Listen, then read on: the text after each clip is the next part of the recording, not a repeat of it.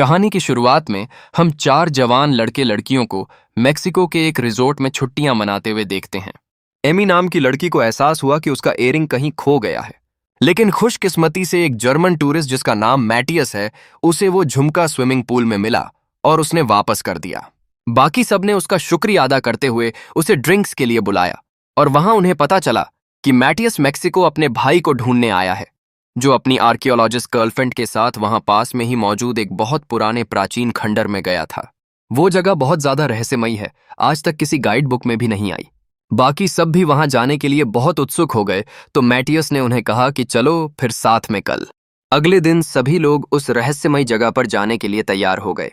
Matias और उसके दोस्त दिमित्री ने उस जगह तक पहुंचने का एक नक्शा अपने कमरे पर भी छोड़ दिया, क्योंकि उनके कुछ दोस्त 1-2 दिन बाद वहां आएंगे। कुछ देर बाद वह सभी शहर के मेन एरिया में पहुंचे, लेकिन जिन गाइड्स को उन्होंने हायर किया था वो आए ही नहीं, ऊपर से फोन भी नहीं उठाया। जिसके बाद उन्होंने सोचा कि अब तो टैक्सी में जाना पड़ेगा वहां पे। जब ड्राइवर ने मैप देखा तो उसने कहा कि मैं वहां नहीं लेके जाऊंगा तुम्हें। उसने कहा कि ये जगह बहुत खतरनाक है, लेकिन फिर जब ज्यादा पैसों की बात आई तो ड्राइवर ने कहा कि यहां से 2 किलोमीटर पहले छोड़ दूंगा, जंगल से खुद ही जाना पड़ेगा। कैब उन्हें जंगल के किनारे तक ले गई।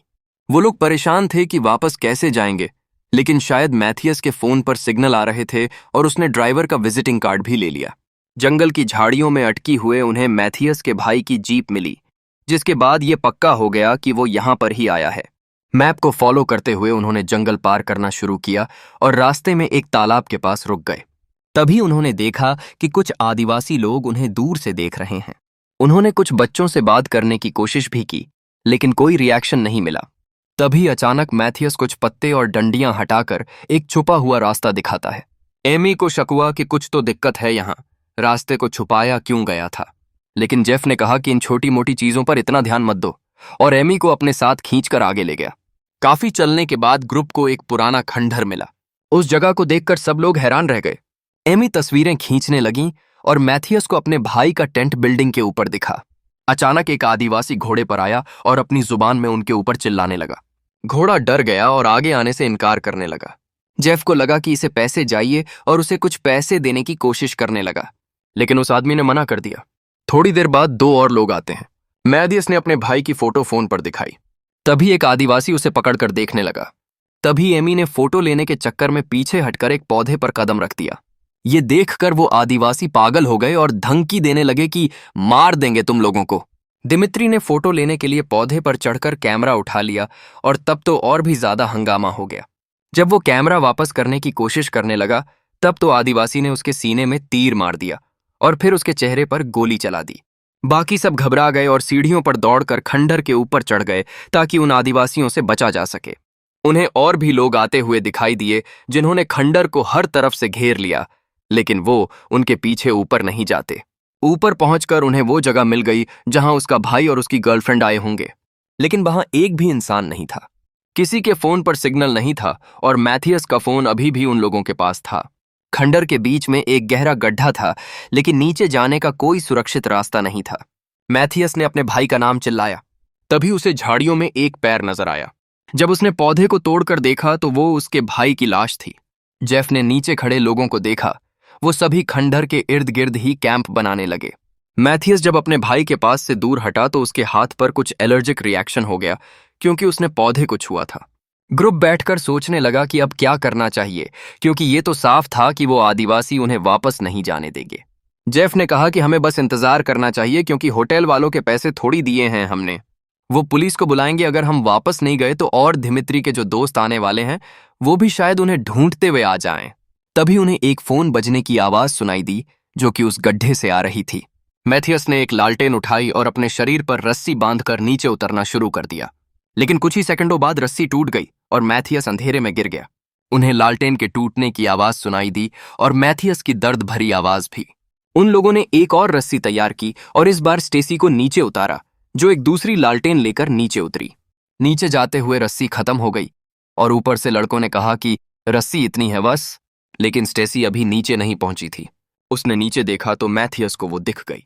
स्टेसी को लगा कि मैथियस उससे ज्यादा नीचे नहीं है, तो उसने रस्सी खोलकर छलांग लगा दी, लेकिन नीचे गिरते ही उसके घुटने में कांच के टुकड़े चुभ गए। जब वो टुकड़े निकाल रही थी तो मैथियस ने बताया कि मैं अपना पैर नहीं हिला पा रहा, शायद उसकी कमर टूट चुकी है। स्टेसी ने ग्रुप को चिल्लाकर बताया कि मैथियस की कमर टूट गई है और नीचे बहुत बदबू भी आ रही है, जैसे कुछ गल रहा हो। अब लड़के सोचते हैं कि उन्हें कुछ तो ऐसा बनाना होगा कि दोनों को ऊपर खींच सके। लेकिन एमी ने कहा कि जिसकी कमर में चोट है उसे साधा हिलाना ठीक नहीं होगा। एमी ने नीचे जाकर उन आदिवासियों से मदद मांगने की कोशिश की, लेकिन वो सिर्फ अपने हथियार उस पर तान कर खड़े रहे। जेफ उसे रोकने की कोशिश करने लगा और बीच बचाव में एमी पौधों पर गिर गई। ये देखते ही आदिवासी फिर से चिल्लाने लगे।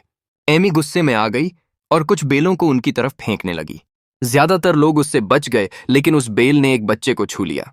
इसके बाद बड़े लोगों में झगड़ा शुरू हो गया और आखिर में उस बच्चे को गोली मार दी गई। बच्चे की मां चुपचाप देखती रही और एमी सदमे में रो पड़ी, जिसके बाद जेफ उसे वापस ऊपर ले गया। अब वो लोग समझ गए थे कि आदिवासी पौधों से डरते हैं। इसी वजह से उन्होंने दिमित्री और बच्चे को मार दिया और इसी वजह से वो उन्हें छोड़ भी नहीं रहे, क्योंकि अब तो वो सभी यहां पर मौजूद बेलों को छू चुके हैं। नीचे गड्ढे में स्टेसी को फिर से फोन की रिंगटोन सुनाई दी। जब वो उन्हें ढूंढने गई तो उसे पता चला कि आवाज इन पौधों से आ रही है जो बार बार हिल रहे थे। वो घबरा गई और उन्हें छूने की हिम्मत नहीं कर पाई। जब स्ट्रेचर बन गई तो लड़कियों ने एमी को नीचे उतारा, लेकिन रस्सी इतनी लंबी नहीं थी कि स्ट्रेचर जमीन तक पहुंच सके। इसलिए दोनों लड़कियों ने मिलकर मैथियस को उठाया और स्ट्रेचर पर रखने की कोशिश की। जैसे ही उसका शरीर टेढ़ा हुआ तो मैथियस दर्द से चीखने लगा, लेकिन आखिर में वो उसे स्ट्रेचर पर बांध देते हैं। फिर लड़कियों ने उसे ऊपर खींच लिया और बाद में खुद भी ऊपर आ गईं। जेफ, जो एक मेडिकल स्टूडेंट था, उसने मैथियस की चोटों को देखकर कहा कि तुम्हें ज्यादा हिलना डुलना नहीं है। मैथियस के बैग में सामान देखने पर एमी को जीप की चाबी मिल गई। जेफ को दिमित्री का प्लेन टिकट भी मिला, जो अगले दिन सुबह का था। उसे यकीन था कि जब वो वहां नहीं पहुंचेगा तो लोग उसे ढूंढते हुए जरूर आएंगे। स्टेसी के बॉयफ्रेंड एरिक ने एक लैंप को चार्ज किया और जेफ ने मैथियस को कंबल ओढ़ा दिया ताकि वो रात को ठंड से बच सके। जेफ बहुत परेशान था कि कहीं मैथियस को इन्फेक्शन न हो जाए, वरना वो मर भी सकता है। रात को सब ग्रुप टेंट में ही सो गया। अगली सुबह जब जेफ बेलों पर पेशाब करने गया तो उसे एक कंकाल दिखाई दिया। जब स्टेसी उठी तो वो बहुत घबरा गई, क्योंकि उसके पैर के इर्द गिर्द एक बेल लिपट गई थी। एरिक उसे खींचकर बाहर निकालने लगा और स्टेसी चीख रही थी कि उसे कुछ हिलता हुआ महसूस हो रहा है अपने अंदर। उसके घाव के अंदर भी बेल उग रही थी। वो चीखते हुए एरिक से कहती है कि इसे पूरी तरह बाहर निकालो। एरिक ने बड़ी मुश्किल से बेल को खींचकर बाहर निकाला, लेकिन स्टेसी कहती रही कि उसे अभी भी अंदर कुछ महसूस हो रहा है। जेफ समझ गया कि पौधे का पोलन उसके कपड़ों और जिस्म पर चिपक चुका है, इसलिए बेल अब उसके अंदर उगने लगी है। अब तक सब लोग समझ चुके थे कि ये पौधे शापित हैं और अगर उन्होंने दिमाग से काम नहीं लिया तो वो उनका शिकार कर देंगे। आदिवासी इसलिए उन्हें बाहर जाने नहीं दे रहे थे ताकि ये पौधा पूरी दुनिया में न फैल जाए।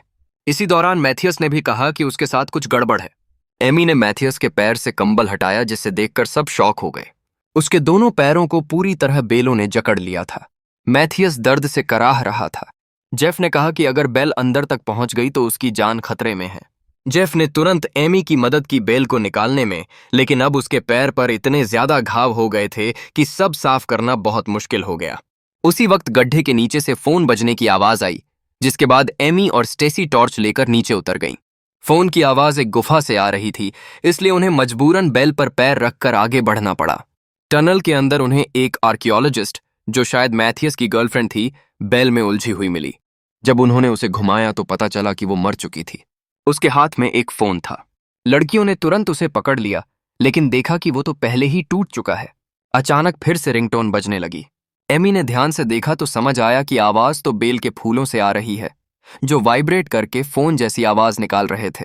जब एमी ने उन्हें छूने की कोशिश की तो बेलों ने तुरंत उसका हाथ पकड़ लिया, लेकिन काफी कोशिश के बाद उसने अपना हाथ छुड़ा ही लिया। फिर अचानक से सारी दीवारों पर बेलें हिलने लगीं और एक लाश को बाहर धकेल दिया। उन बेलों ने उनकी टॉर्चेस भी चुरा ली। दोनों लड़कियां दौड़कर टनल से निकलने की कोशिश करने लगीं, लेकिन बेल भी उनके पीछे ही थी। एमी तो बाहर आ गई, लेकिन बेलों ने स्टेसी का पैर पकड़ लिया, जिससे वो गिर गई। बेल उसे खींचने की कोशिश करने लगी, लेकिन एमी वापस दौड़कर आई और अपनी दोस्त को खींचकर बचा लिया।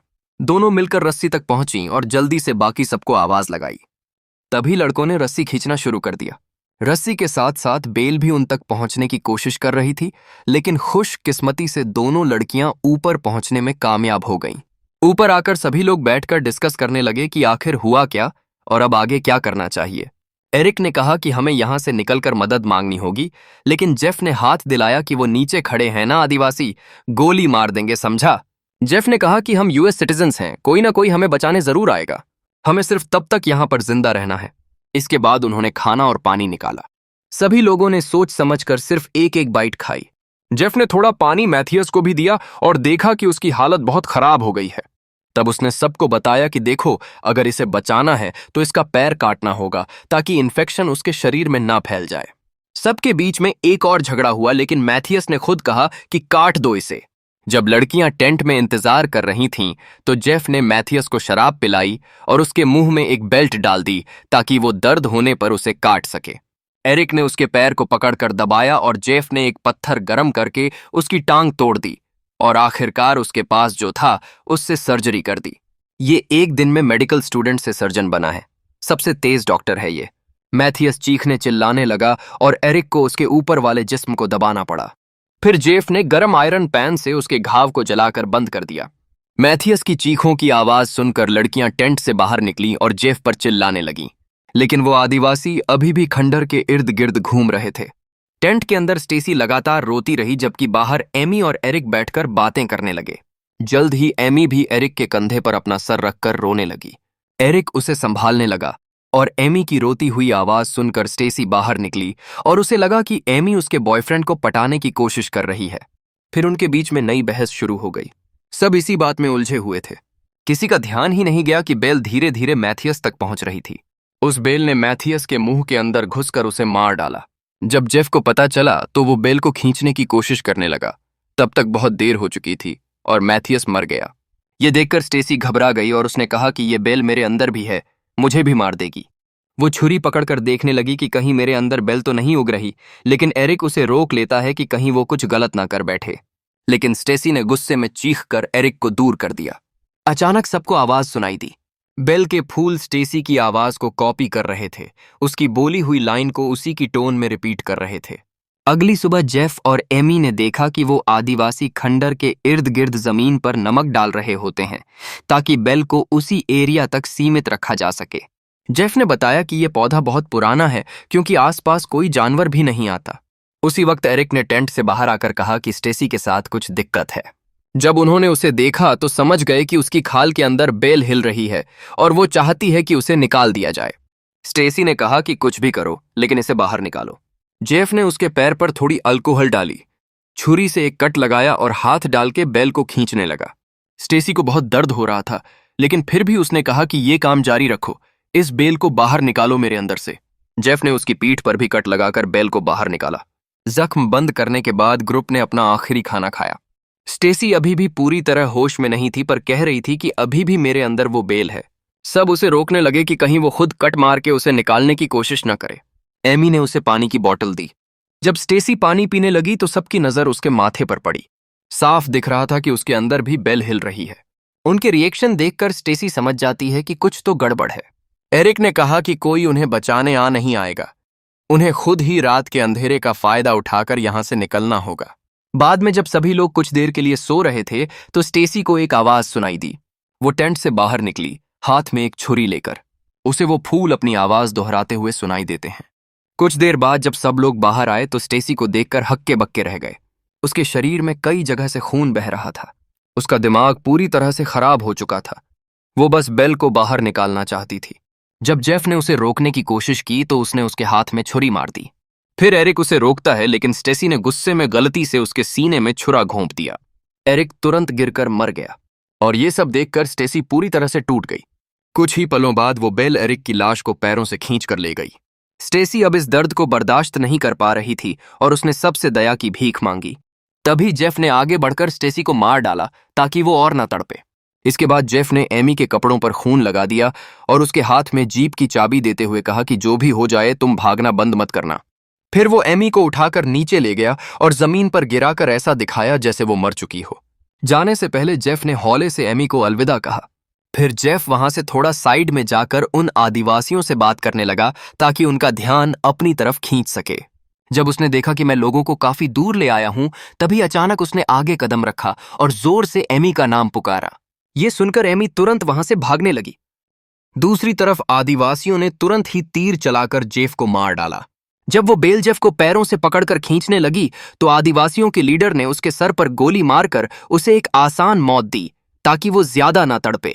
बाकी लोग एमी का पीछा करने लगे। एमी जितनी तेज दौड़ सकती थी उतनी तेज जंगल को पार करने की कोशिश करने लगी। वो एक दो बार गिरी भी लेकिन रुकी नहीं। उसके आसपास के पेड़ों पर तीर लग रहे थे, मतलब कि सभी आदिवासी उसके पीछे पड़े हुए हैं। आखिरकार बचते बचाते वो जीप तक पहुंच ही गई। चाबी काम कर गई और वो तुरंत गाड़ी चलाकर निकल गई।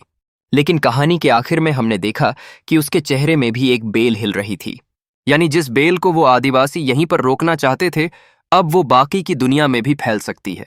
वीडियो पसंद आई तो लाइक कर देना, चैनल को सब्सक्राइब कर लेना। मिलते हैं अगली वीडियो में।